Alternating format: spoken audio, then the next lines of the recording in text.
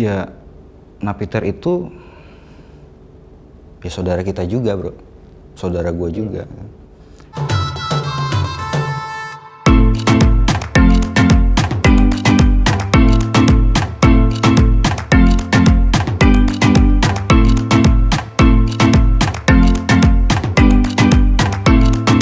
Bang Yudis, udah berapa lama nih di Bapas Barat?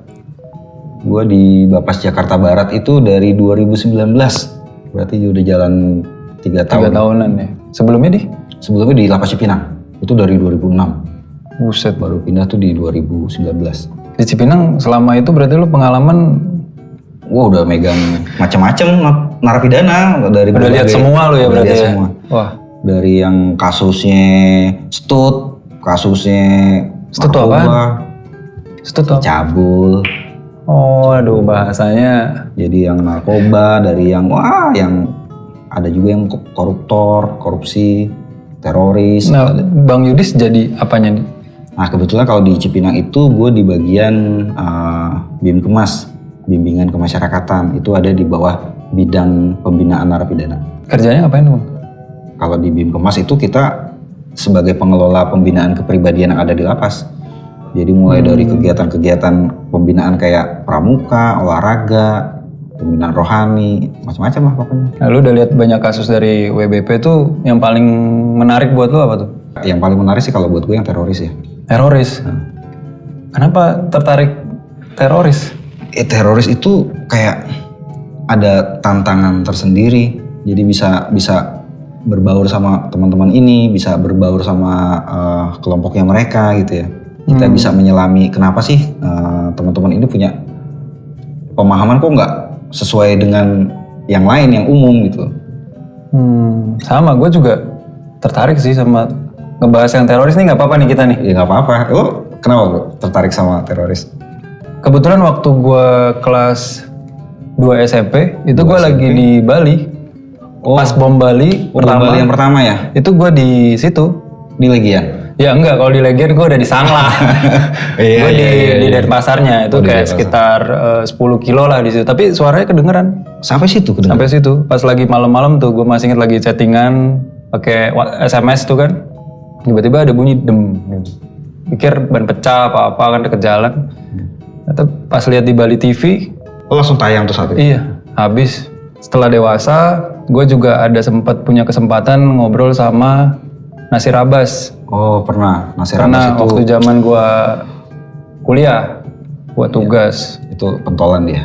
Iya, pemikiran gue nih ya, teroris itu akan terus ada. Karena penindasan terhadap kaum muslim itu akan ada terus. Mulai berat nih. Berat. Kalau Bang Yudis, Oke. kenapa nih tertarik? Ya kalau gue kan backgroundnya psikologi ya. Gue suka ngeliat teman-teman kenapa sih dia melakukan tindak pidana. Kebetulan waktu di lapas dulu juga kita punya macam-macam instrumen assessment gitu ya. Nah kalau di narapidana umumnya gitu kan, mereka itu melakukan tindak pidana karena faktor pendidikan, kadang-kadang faktor pekerjaan, atau ada ketergantungan terhadap penggunaan narkotika, atau ada hubungan sosial yang buruk dengan keluarga dan seterusnya. Sehingga mereka melakukan tindak pidana. Nah kalau teroris ini beda. Bedanya tuh... Iya, kenapa sih itu bisa jadi teroris? Jadi kayak ingat gak lo waktu kasus bom Surabaya tuh yang... Gereja? Tahu. Itu keluarganya kan keluarga mampu, keluarga berada. Oh. Ya kan? Mau ngajak anak istrinya amaliyat kayak gitu. Coba kepikir nggak? Dari keluarga yang ada, tapi kok mau terlibat? Nah ya kenapa? Aksi itu yang menariknya di situ. Makanya gue coba ikut kegiatan-kegiatan yang semacam pelatihan untuk menambah wawasan gue tentang hal itu, supaya saat di lapas itu gue nerima narapidana kasus ya kita bisa menangkal itu juga, dan kita punya resiliensi juga. Itu petugas yang nanganin napiter sama yang itu dicampur apa gimana tuh? Sama aja semuanya, semua petugas sebenarnya nanganin semua yang ada di lapas itu, nggak cuma napiter doang.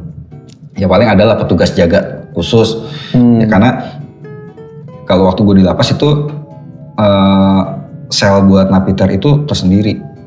Ada sel khusus, ada blok khusus. Nah, petugas jaganya juga petugas jaga khusus. Nah, paling yang biasa berinteraksi ya cuma ya petugas-petugas ini aja.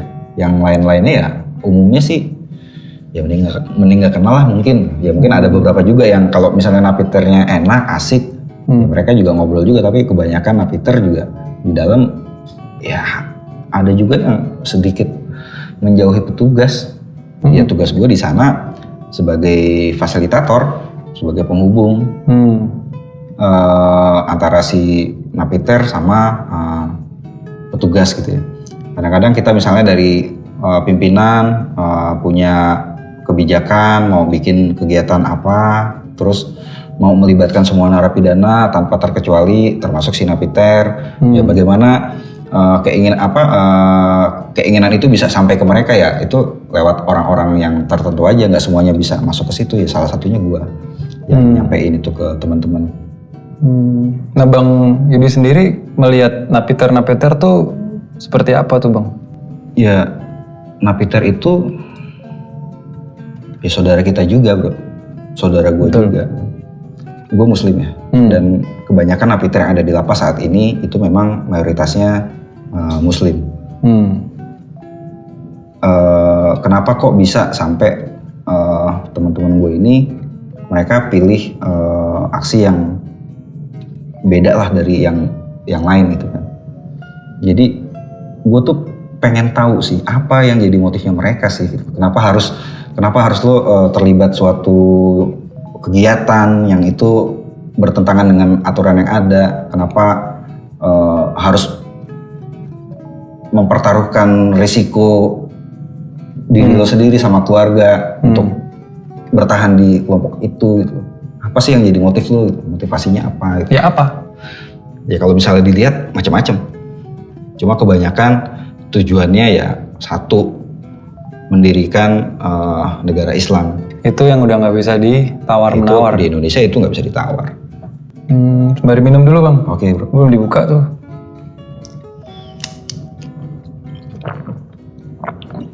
Nah, dari pengalaman Bang Yudis nanganin napiter, faktor terbesarnya apa sih Bang?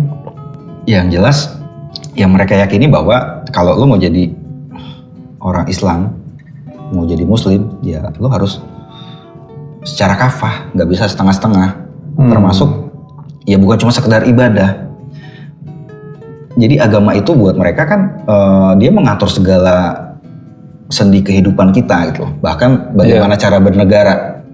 Nah, bernegara itu juga menurut mereka ya harus sesuai dengan Islam. Kayak misalnya ya kita nggak boleh berhukum dengan hukum yang buatan manusia. Kita harus berhukum sama hukum Allah berdasarkan Al-Quran dan hadis misalnya.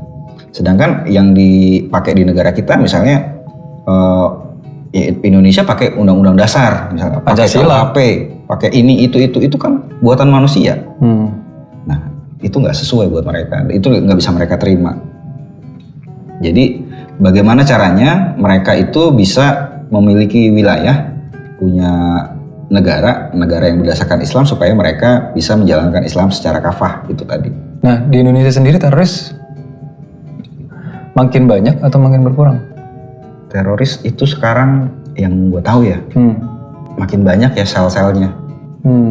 Kalau organisasi induknya mungkin udah mulai hilang lah satu-satu. Kayak dulu di Indonesia tuh punya JI nih, Jamaah Islamiyah. Cuma Jamaah Islamiyah sekarang kan udah dijadikan organisasi terlarang. Tapi apakah terus kelompok itu hilang? Ya ideologinya tidak mati. Ideologinya nggak mati dan kelompok itu akan terus tumbuh. Ya,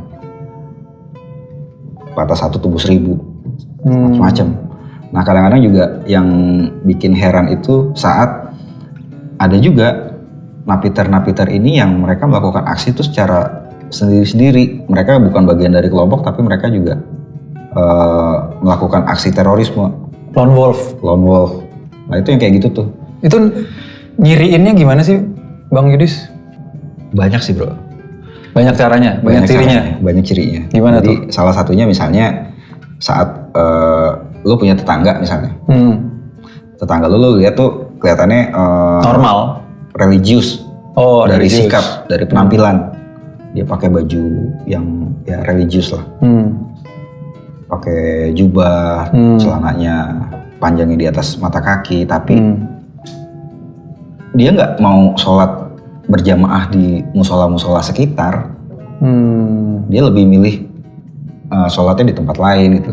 Kita nggak tahu di situ ada apa sih. Yang dengan kelompoknya ya. Nah dari situ kan, wah berarti ini orang kayaknya memisahkan diri, dia punya kelompok sendiri gitu. Ya sebenarnya nggak aneh kalau di Indonesia ini ada macam-macam kelompok dan itu sebenarnya sah-sah aja. Nah, tapi saat kita bermasyarakat, kita nggak bisa berbaur sama lingkungan sekitar, itu kan udah jadi pertanyaan awal, kenapa? Lu memisahkan diri itu ada masalah, ada apa gitu. Dari situ udah bisa dicurigain. Kemudian yang lain misalnya saat dia nggak mau ngurusin surat-surat kayak KTP, nggak mau ikut pemilu, itu juga perlu digali.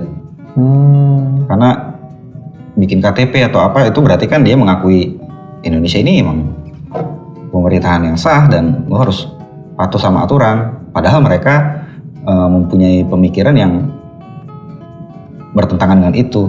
Justru kalau bisa Indonesia ini diganti sama negara yang sesuai dengan konsep mereka kan gitu.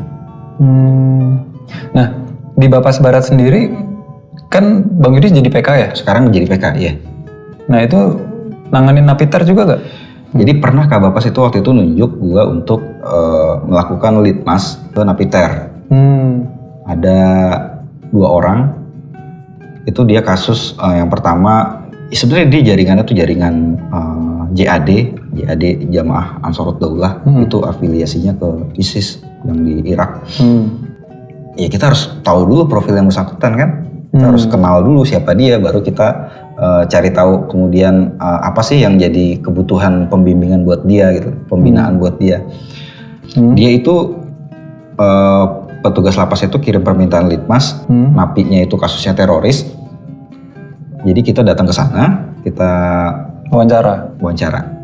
Kita cari tahu, kita pertama ya kita gali dulu nih profilnya dia, mulai dari identitasnya dia, kemudian riwayat kelahiran, pertumbuhan, riwayat psikososial macam-macam, sampai akhirnya kita tanyain masalah kasusnya dia. Kenapa sih kenapa sih Bapak bisa sampai ke sini gitu. Nah dari situ informasi-informasi yang ada tadi kemudian kita perdalam lagi lewat asesmen. Jadi kita assess. Jadi kalau misalnya buat narapidana yang baru masuk ke dalam lapas, itu biasanya ada PK itu biasanya pakai instrumen penilaian kebutuhan kriminogenik.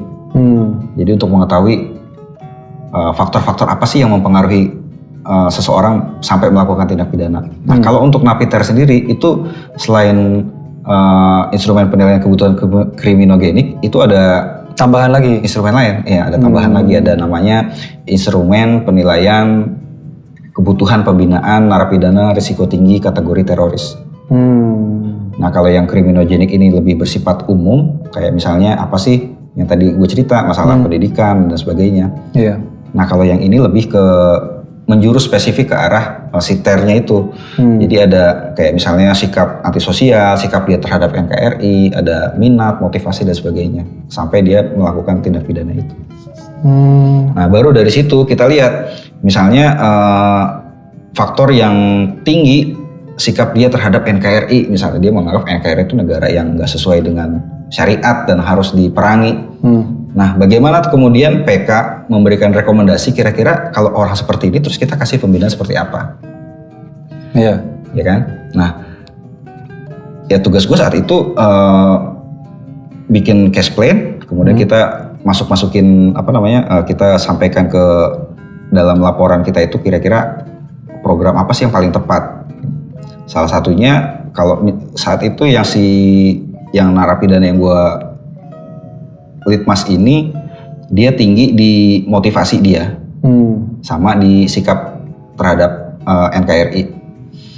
Nah untuk yang sikap terhadap NKRI saat itu yang gue jadiin rekomendasi adalah kita menunjuk wali yang benar-benar Jadi wali pemasyarakatan yang ada di dalam lapas itu yang benar-benar bisa masuk, bisa bergaul, bisa berbaur dengan si narapidana ini. Karena nggak setiap narapidana tuh bisa percaya sama siapa aja kan. Betul. Nah, selain itu kalau untuk program-programnya ya macam-macam. Misalnya dia punya motivasi yang tinggi melawan pemerintah karena merasa ada ketidakadilan yang dia rasakan, ada persepsi ketidakadilan, atau ada konflik di masa lalu gitu. Ya, kita misalnya bisa kasih rekomendasi kegiatan program CMT misalnya. CMT itu Conflict Management Training. Jadi si narapidana ini diikutin program itu. Ya yang seperti itulah. Nah kalau misalnya narapidana yang sudah bebas nih yang masuk ke masa pembimbingan, ada juga. Cuman kalau di luar ini baru bebas juga, jadi kita belum banyak intervensi. Cuma harapannya nanti setelah dia kan kita baru susun untuk litmas pembimbingannya, harapannya nanti kita bisa ngelibatin teman-teman di Pokmas juga buat merangkul dia. Nah setelah bebas murni tapi tetap dipantau Bang? Ada masa percobaan 1 tahun setelah dia bebas akhir. Jadi misalnya dia bebas PB, dia misalnya hukumannya 6 tahun, dia baru jalanin 4 tahun, tapi dia udah di luar. Statusnya jalani pembebasan bersyarat tadi. Sampai tahun ke-6. Nah setelah tahun ke-6, kalau bebasnya PB itu ada 1 tahun lagi masa percobaan. Sebenarnya bukan berarti menambah masa hukuman dia, menambah masa hukuman dia, tapi itu lebih ke ngelihat seberapa berubah dia perilakunya setelah itu. Nah, menurut Bang Yudis, kenapa sih kalau teroris tuh selalu identiknya ke agama tertentu, ke Muslim lah? Ya kalau menurut gue sih, kenapa identiknya dengan Islam? Karena kita mayoritasnya Islam. Tapi ada beberapa teman-teman kita yang menganggap bahwa karena kita dominan ya kita harus bisa menguasai itu gitu. Karena kita posisinya udah mayoritas. Nggak ada yang dari agama lain? Itu ada juga sebenarnya. Oh, ada? Ada. Ngapain? Jadi, ngancem bro. Dia memberikan ancaman ke tempat dia kerja dulu. Dia dipecat nih ceritanya. Dia dipecat, dia orang Kristen, dia dipecat dari tempat kerja yang dulu. Kemudian dia merasa dendam nih, nggak terima. Gue dipecat sih. Akhirnya dia bikin telepon ancaman, tapi dikenakannya pasal teroris. Karena ancaman bom gitu. Ancaman bom. Bang Yudis, terima kasih sudah mampir. Sama-sama Sam. Ini kita juga sharing-sharing aja ya Bang ya. Mudah-mudahan aman, nggak ada yang tersinggung. Amin. Kita minta maaf dulu kalau ada salah-salah. Mudah-mudahan ada manfaatnya. Nah, dari Bang Yudis ada yang mau ditambahin? Ya kalau dari gue pribadi sih, yang jelas itu tadi yang gue sampein ya pengalaman gue. Ya mungkin ada teman-teman banyak wali, pamong, lapas Indonesia mungkin punya pengalaman yang beda-beda ya. Boleh kalau mau sharing-sharing. Ya, langsung hubungin Semi aja. Siap. Oke, sampai jumpa. Bye-bye. Oke, makasih.